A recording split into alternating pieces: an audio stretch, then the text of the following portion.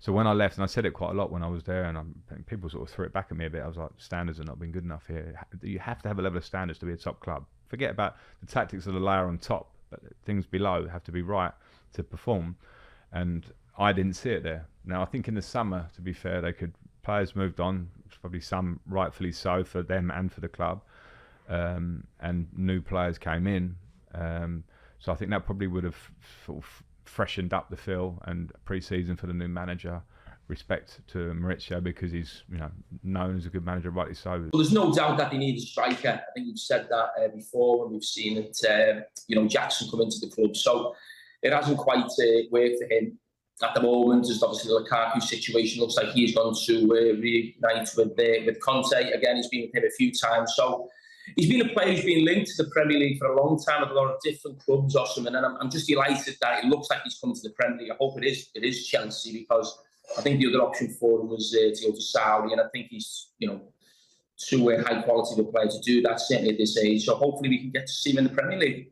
Why do Chelsea want Victor Osimhen?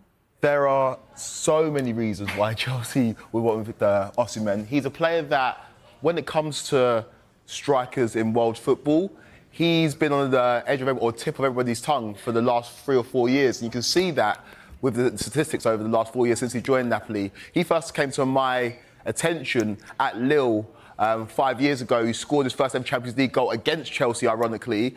And he's just improved year on year. You look at his first season, scored 10 league goals. Next season, 14. And then his breakout year, 22-23, where he scored 26 league goals in 32 games, was Napoli's best player and spearheaded them to a Scudetto title. And that's really when, like Dan touched on, he was front runner for all the top teams in terms of that top transfer that are going to take teams over the edge or over the top when it comes to strikers. Last season, he struggled a little bit when it came to consistency, availability and goals. He went to AFCON. He was a big part of the Nigeria team that made it all the way to the final of AFCON, but he only scored 1 goal in that competition, which was a bit of a disappointment for a striker that everybody was there to see, one of the biggest names at the competition.